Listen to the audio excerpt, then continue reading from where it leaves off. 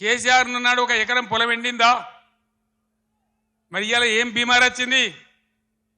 ఈ బీమారి ఇట్లనే ఉండానా? మళ్ళా తెలంగాణ ఆత్మహత్యలు రావన్నా? మేము ఏం చేసినా ఒక పథకం ప్రకారం చేసినాం, ఒక సిస్టమ్ ప్రకారం చేసినాం. తెలంగాణలో వ్యవసాయ స్థిరీకరణ జరగాలని వ్యవసాయ పాలసీ పెట్టుకున్నాం.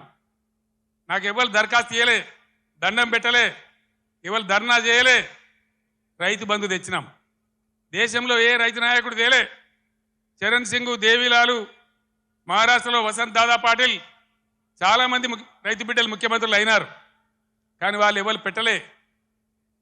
ఇండియాలోనే మొట్టమొదటిసారిగా రైతు బంధు అనే పథకం పేరు పెట్టి స్టార్ట్ చేసిందే కేసీఆర్ ప్రభుత్వం కాదా? మీరు ఆలోచించాలని నేను కోరుతా ఉన్నా.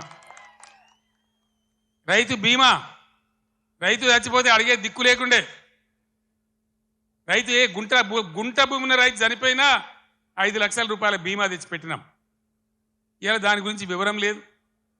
ఏ విధంగా పరిశ్రమలు వచ్చినాయి, ఏ విధంగా ఐటీ వచ్చింది, ఏ విధంగా రాష్ట్ర జిఎస్డిపి పెరిగింది, ఏ విధంగా రాష్ట్ర పర్ క్యాపిటా పెరిగింది. దయచేసి కరీంనగర్ మేధావులు, తెలంగాణ ప్రజలు తమ పార్లమెంట్లో ఓటేసే ముందు ఈ విషయాలన్నీ కూడా ఆలోచన చేయాలి. మీ అందరినీ కూడా నేను కోరేది ఒకటే.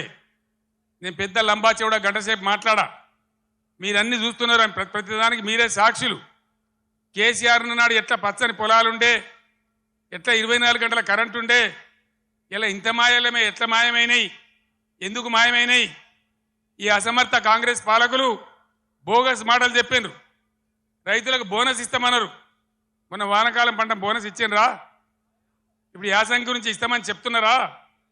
అంటే బోనస్ బోగస్ అయిపోయింది.